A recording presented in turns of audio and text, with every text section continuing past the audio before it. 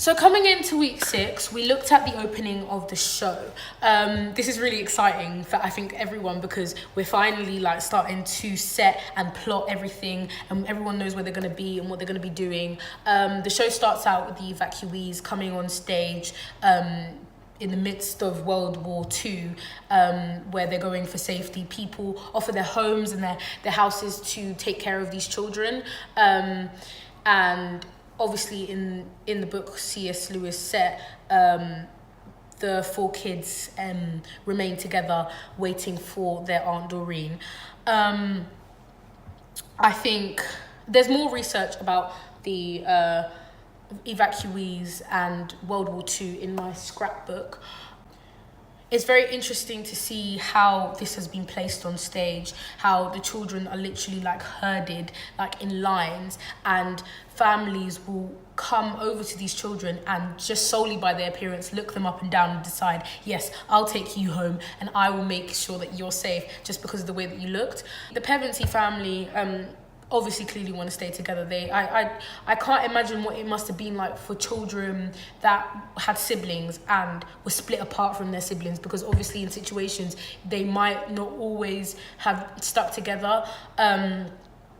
So from the get-go, you need to understand the relationship between Lucy, Susan, Peter and Edmund straight away, and how much they wanted to stay together. This week we also did some singing. We worked with Holly, and she went over the solos for all of the songs. We went over Raw for the first time. Initially, my notes were that I went into it with too much energy, and that I need to listen to the songs.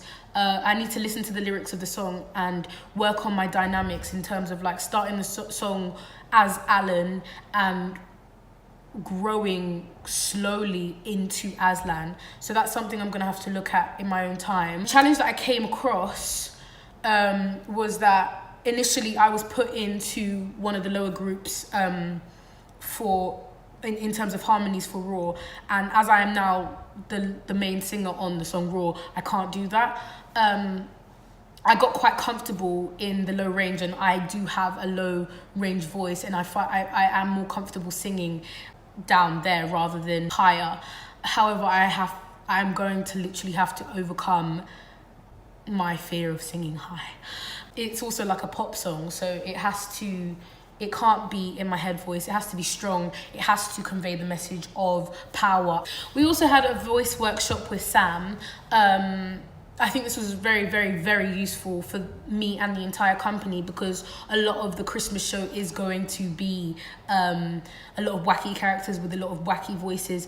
And already listening to some of the voices in my company, I can tell that some of them won't be able to be sustainable. And that's something that is imperative.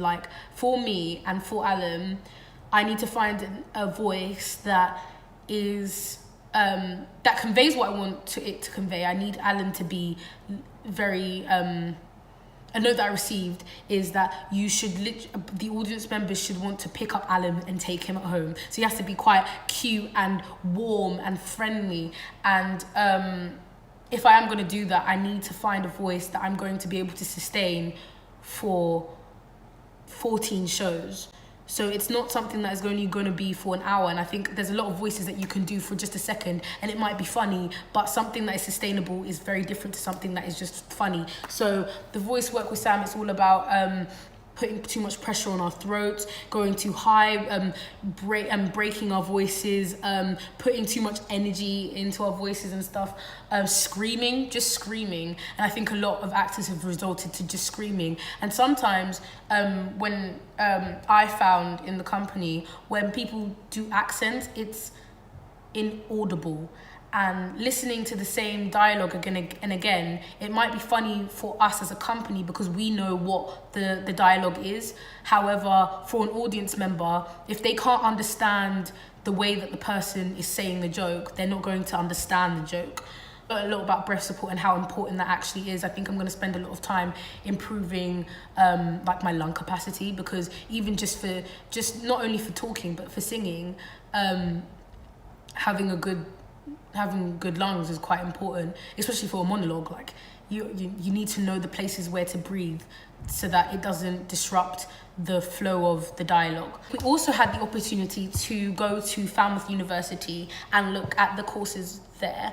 I think this was like a really, really great opportunity, which I was really grateful for, because I haven't had the chance to go and look at any universities yet. I wasn't personally interested in university, so it's good to actually go and see what it is that I have rejected, that, and even though I haven't actually looked into. Personally, I don't believe I really want to go to university. I don't think it's for me. I'm personally more into drama school and the conservatoires. I don't believe that uni is what the type of training that I'm looking for. I don't think Falmouth had anything to offer me. I don't think when I walked in there, it didn't inspire me, it didn't make me feel like I wanted to create anything in that environment. Granted, the place was beautiful and the scenery was amazing. It's so isolated and it's nothing like London at all. And going to Falmouth, the courses that they had just didn't interest me. I want to move on to musical theatre. I want to train professionally in musical theatre. And they didn't have that course. I ended up switching the workshops that I did from acting to dance, because I just wanted, I do acting now, so I didn't really want to workshop in acting. I wanted something different, and consider I'm going to musical theatre, I'm going to need to know what dance is like. I just wanted something different, and the workshop was so amazing. I loved meeting the directors there. They were so kind, and I got to ask so many questions about like what it is they do, and like their alumni and how they work. The whole option of maybe not going to university and becoming independent and doing independent work, writing and doing short films and singing, it is something that piques my interest. It's hard to decide because going into a full-fledged place where it's training every single day and basically massive amounts of torture and training and sculpting and building, if I am going to go to a place like that, I would also want to go to a place where I feel inspired and I still have the time to do things for myself and to create as an artist rather than just a performer. Strengths this week will have to be looking at voices for Alan. I think I'm coming to a final decision to where like I want to take his voice. It's very high pitched, very babyish. However, I think I am coming to a final like decision when it comes to that. I'm not going to continue to look at different voices for Alan during rehearsals, I don't think. I think another skill of mine would be acting through song. Regardless if I fall flat on notes or it isn't necessarily technically correct, I think my ability to put emotion into music is what allows audience to like connect with me a little bit. So during the singing session with Raw, I received quite good feedback because even though I didn't feel confident in the notes, I was able to add the character into the song, and that's what's most important, especially for this show. It's not about being the best singer, it is about telling the story through the song. So I think that is something that I am able to do. My third strength would be about knowing the steps I want to take towards my future. I think I have got a solid plan of what I want to do for next year and where I want to go. I know the steps that I have to take in order to get to where I want to go. It's just finding the right places, I think. I'm going to be attending auditions this year to gain experience on the musical theatre auditions, because I know that the process is completely different to acting.